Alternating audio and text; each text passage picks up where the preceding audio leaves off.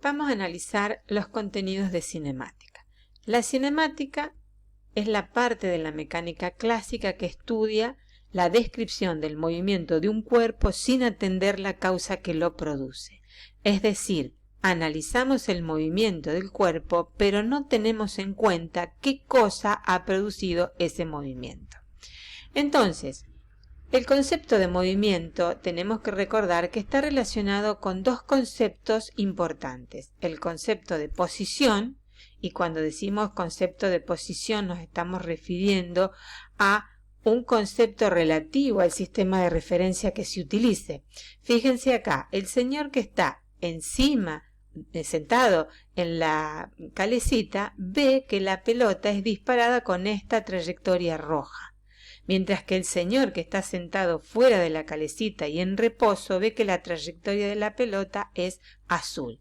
O sea, tengamos bien presente que cuando uno habla de posición, estamos hablando de un concepto relativo a nuestro sistema de referencia. En este caso, para la persona que está en la calecita, el sistema de referencia está girando con la velocidad angular de la calecita y ve esta trayectoria roja, mientras que la persona que está quieta fuera de la calecita ve la misma situación, pero la esfera sale disparada en una dirección horizontal rectilínea.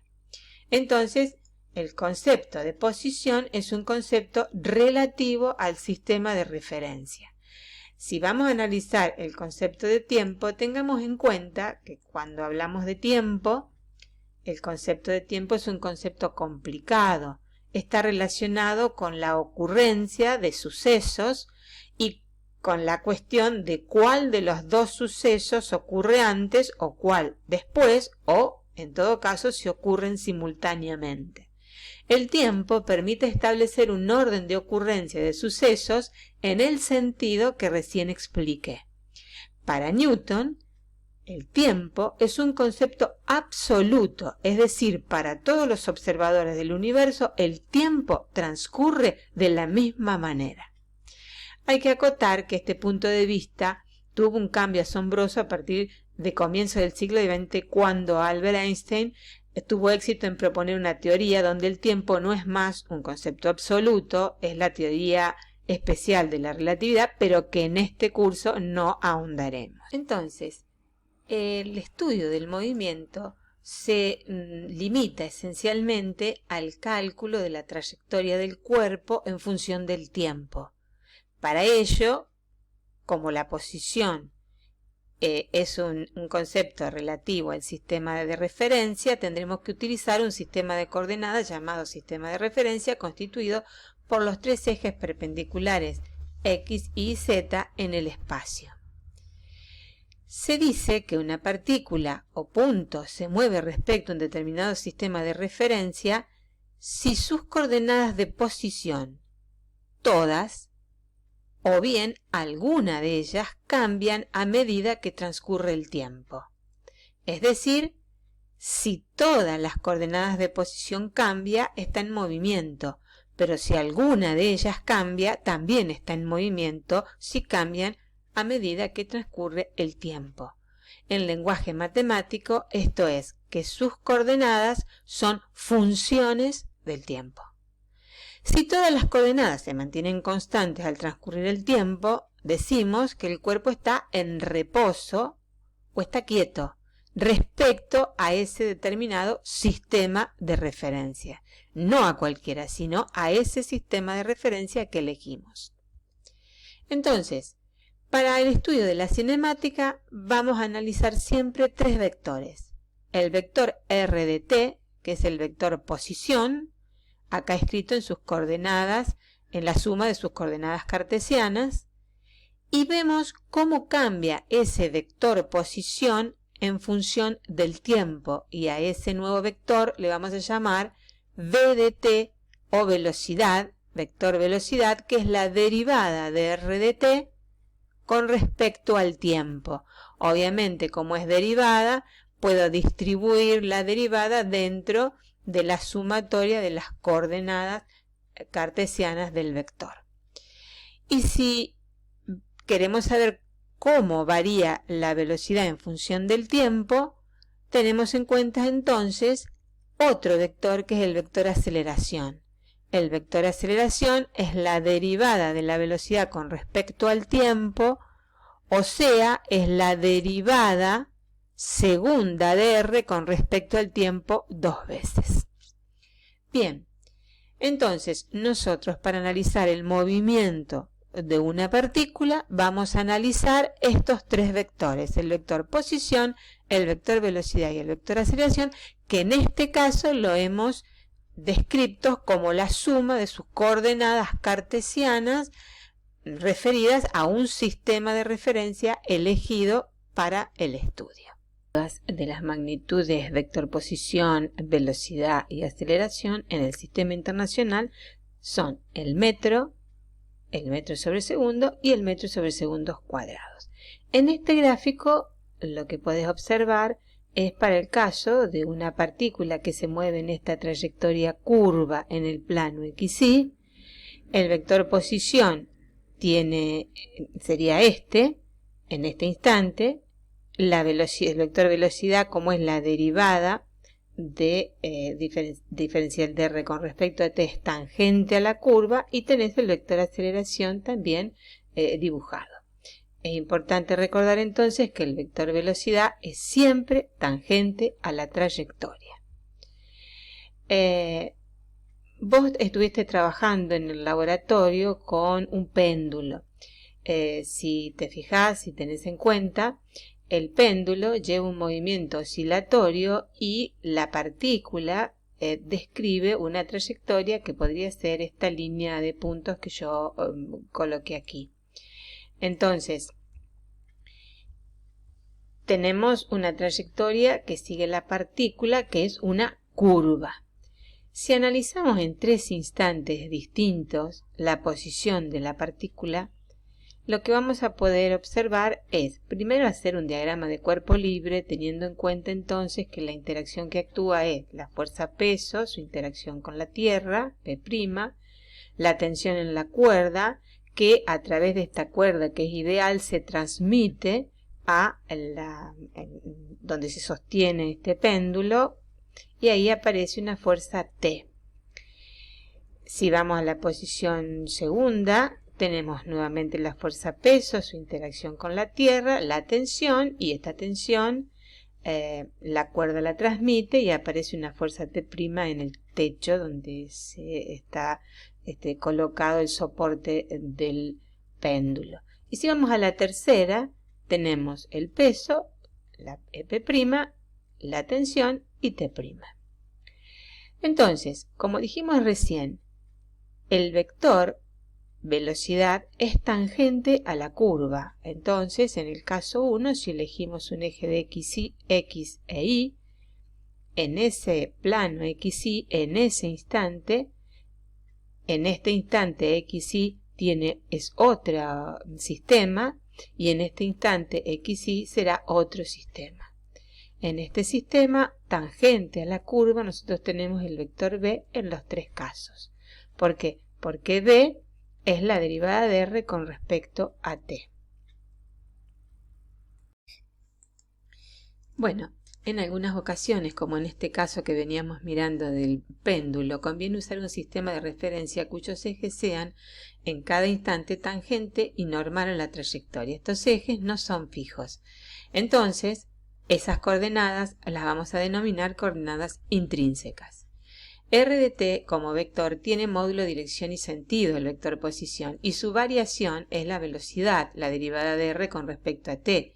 O sea que si el vector posición varía en cualquiera de estas características o en una sola de ellas, tenemos presente una velocidad. También la velocidad es un vector, por lo tanto, la variación de la velocidad que nos da la aceleración se puede dar en cualquiera de las tres características o en una particular.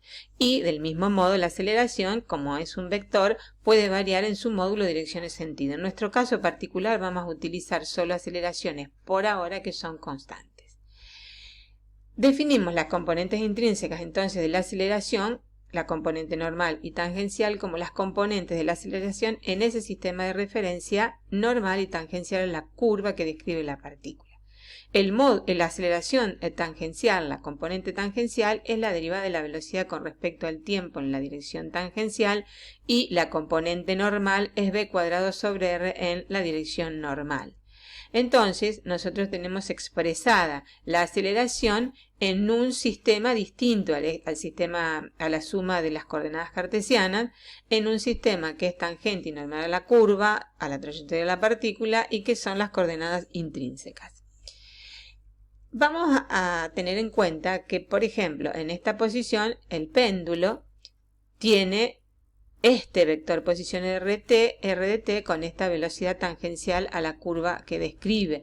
En esta posición tiene otro vector y en esta posición tiene estos vectores. Notemos que el vector r de t va cambiando en cada instante de dirección pero no de módulo, mientras que el vector velocidad cambia de dirección y de módulo. Por lo tanto, como hay una fuerza resultante distinta de cero, en este caso hay una aceleración. Esta aceleración, expresada en componentes normales y tangenciales, me da dos cuestiones. La componente tangencial me da, me informa acerca de la variación del módulo del vector velocidad, y la componente normal me da cuenta de la variación en la dirección del vector velocidad en cada punto. Si la aceleración normal da cuenta del cambio en la dirección del vector velocidad de una partícula en cada punto y la velocidad es tangente a la trayectoria, ¿qué conclusión podríamos sacar si la aceleración normal es nula? Y si la aceleración normal es nula, quiere decir que el vector velocidad no cambia nunca su dirección. Por lo tanto, el movimiento la trayectoria que lleva la partícula es una trayectoria recta. ¿Por qué? Porque la aceleración normal, que da cuenta del cambio en la dirección del vector velocidad, es cero. El vector velocidad no cambia de dirección.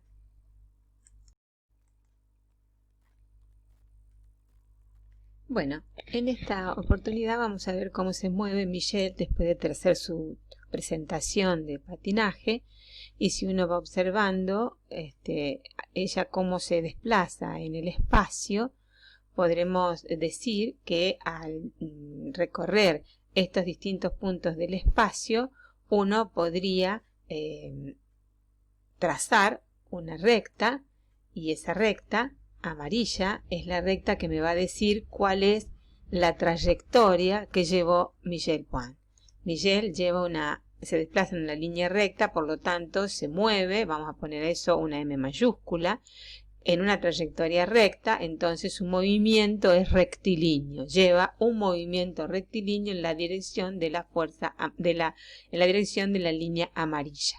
Si analizamos distintos tiempos del movimiento de Michel, podemos elegir como la dirección de la recta de la trayectoria de Michel al eje de las X. Perpendicular al eje de las X tenemos el eje de las Y, y este va a ser nuestro punto inicial. Al transcurrir un tiempo t1, Michel está en un vector posición R1, cuyas coordenadas son X1 en la dirección Y, 0 en J. Al transcurrir el tiempo 2 está en la posición R2, que es X2Y más 0J. Al transcurrir un tiempo 3 está en la posición R3, X3Y más 0J. Y al transcurrir un tiempo 4 está en la posición R4, X4 en la dirección Y más 0J. O sea, todas las coordenadas de los vectores posición de Michel Point están en el eje de las X, tienen una sola coordenada. Cuando una partícula se mueve en línea recta, si hacemos coincidir dicha línea recta con uno de los ejes cartesianos, su vector posición estará descrito por una sola coordenada, como vimos recién. R de t va a ser, si se mueve en la dirección del eje de las X, X de t en la dirección Y. Si se mueve en la dirección del eje de las Y, será Y de t en la dirección J, y si se mueve en la dirección del eje Z cartesiano, será Z de t en la dirección K. El desplazamiento de una partícula en el intervalo de tiempo entre los instantes t1 y t2 lo definimos por delta de R1 hasta 2 como el módulo de la diferencia de los vectores finales R en t2 menos R en t1. Este delta de desplazamiento se mide en metros. Pero este desplazamiento no dice nada realmente de lo que ocurrió a la partícula durante cada instante de tiempo, ni tampoco del espacio que la partícula recorrió durante este intervalo, porque solo nos dice que estaba en la posición 1 en un T1, R1 en un T1, y terminó estando en la posición 2 al cabo de determinado tiempo, y entonces la diferencia que hay entre esas dos posiciones es el desplazamiento. Si R de t es x de t en la dirección y, como en el caso de Michel, se mueve en la dirección de un eje de las x elegido, entonces esa x de t matemáticamente, como dijimos al principio, es una función del tiempo. Si esa función del tiempo, por ejemplo, es una función lineal, este es un caso particular, y será de la forma x de t, m de t más h, o sea, la pendiente es m de la recta y h es la ordenada al origen. Elijamos, por ejemplo, un caso particular, que x de t sea 3t más 0, o sea, la ordenada del origen es 0 y la pendiente es 3. Si graficamos esta función, nos da esta línea recta. De esta línea recta uno podría decir, esta función lineal, la recta tiene una pendiente que lo puedo sacar como el cociente entre delta de x y delta de t. Ese cociente, delta de x sobre delta de t, es igual a la tangente del ángulo alfa. Ahora, si volvemos a nuestro r de t como función x de t en la dirección del versor y, la variación de r de t, o sea la velocidad, es la derivada de x con respecto al tiempo. En nuestro caso, bueno, en general la velocidad será la derivada de x de t con respecto al tiempo, pero en nuestro caso, esta derivada va a ser 3 metros sobre segundos en la dirección y. O sea, que la velocidad en este caso es una constante en la dirección del un vector constante en la de módulo constante en la dirección del eje de las x. Este valor de la velocidad coincide con la tangente del ángulo de inclinación de la recta en la función lineal. Bueno, resumiendo, teníamos que r de t es el vector posición y en nuestro caso es x de t en la dirección y, porque la bailarina se mueve en una sola dirección. En nuestro caso vamos a suponer que esa función x de t es lineal, o sea es mt más h en la dirección y esa h es la ordenada al origen, o sea sería nuestra posición inicial x0. La derivada de r con respecto a t es la velocidad, que también está es un vector en la dirección del eje de las x también, y que en nuestro caso esa velocidad es igual a la pendiente de la recta en la dirección del eje del versor y. O sea, la velocidad es una constante. Entonces, en el caso de la bailarina que se movía en una línea recta, en una trayectoria recta, el vector posición es de la forma v por t más x0, donde v es la velocidad de la partícula y x0 es su posición inicial en la dirección del eje de las x. Y su gráfica es una recta. La pendiente de esa recta es la velocidad y la ordenada al origen de esa recta es x0. v de t es v en la dirección y, es una constante, entonces su gráfica es la que mostramos acá. Esta es v en función de t, que es la función que representa la velocidad en función del tiempo. Si tenemos en cuenta estas dos características, entonces estas dos características describen lo que llamamos un movimiento rectilíneo uniforme. ¿Por qué es uniforme? Porque la velocidad es constante y la posición es una función en x de t que es una lineal, cuya pendiente es la velocidad que lleva la partícula y cuya ordenada al origen es la posición inicial. La trayectoria de este movimiento es una recta, por eso es un movimiento rectilíneo porque va en una trayectoria recta y uniforme porque la velocidad es constante. Volvamos al caso de nuestra bailarina. Ella se movía en una trayectoria que era una trayectoria rectilínea que habíamos elegido como eje de las x. Entonces, vamos a tener en cuenta que x de t era una función del tiempo.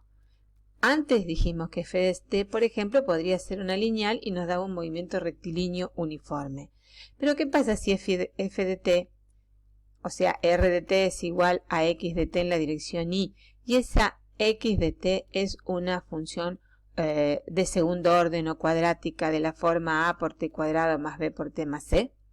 Entonces, fíjense que en este caso x de t como función en la gráfica me da una parábola y que la derivada de r de t con respecto al tiempo me va a dar la derivada de x de t con respecto al tiempo y que en ese caso b de t me va a dar 2a por t más b en la dirección del versor y, o sea que la función que representa a b de t es una función que es lineal. Su gráfica del módulo de la velocidad en función del tiempo me da una línea.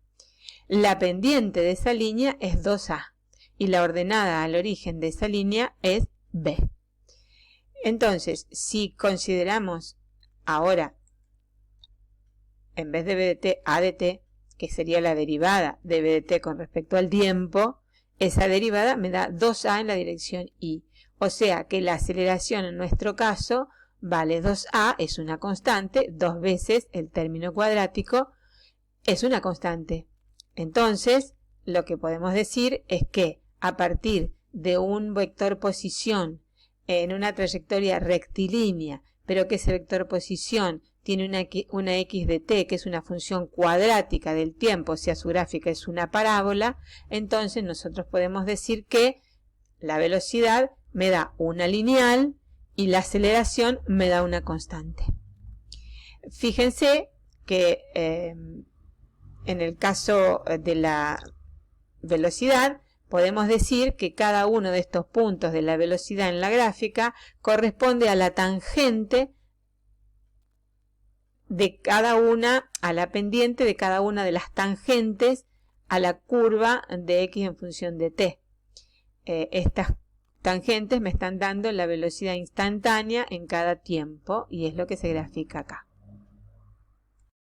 Por tanto, en la gráfica de a en función de t, esta función es una constante en el tiempo.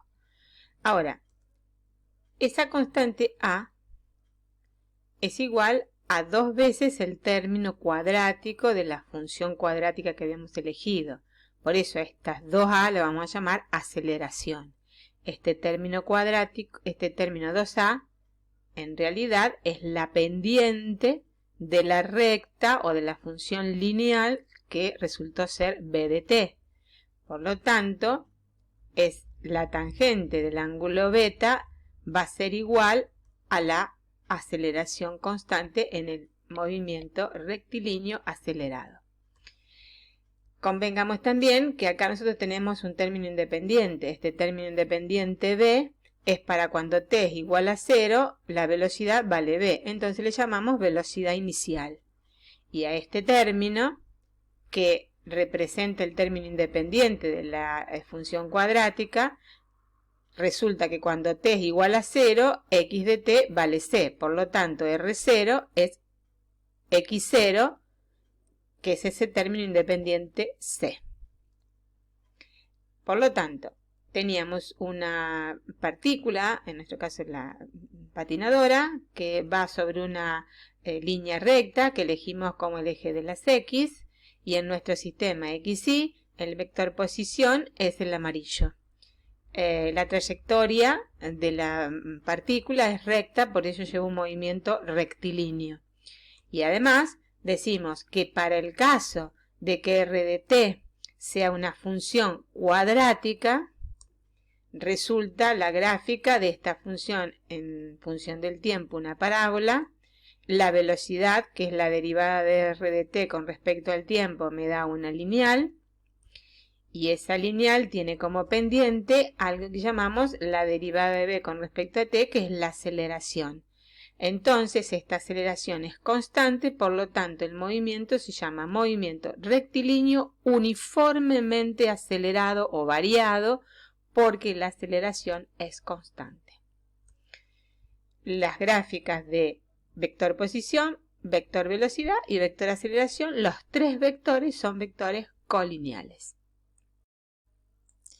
Bueno, como conclusión podemos decir que el movimiento de la partícula es de avance si en nuestro sistema de referencia resulta R en la posición final menos R en la posición inicial mayor que 0, o R en un tiempo 2 menos R en un tiempo T1 anterior es mayor que 0. Por lo tanto, como B de T es B en la dirección Y, ese módulo de B, B va a ser mayor que 0.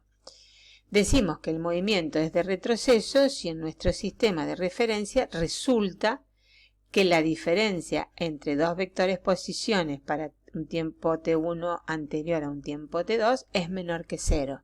En consecuencia, B de T va a ser negativa. Y decimos que el movimiento es acelerado cuando el signo de la velocidad coincide con el signo de la aceleración, o los dos positivos o los dos negativos. Y decimos que el movimiento es desacelerado o retardado cuando el signo de la velocidad es distinto al signo de la aceleración. Una es positiva y la otra es negativa, entonces decimos que el movimiento es desacelerado o retardado. De todos modos, en el movimiento rectilíneo, tanto R como B como A, o sea, vector posición, vector velocidad y vector aceleración, son los tres colineales. Bueno, espero que te haya servido este resumen de teoría y te dejaré unas tareas para que completes. Gracias, hasta un próximo encuentro.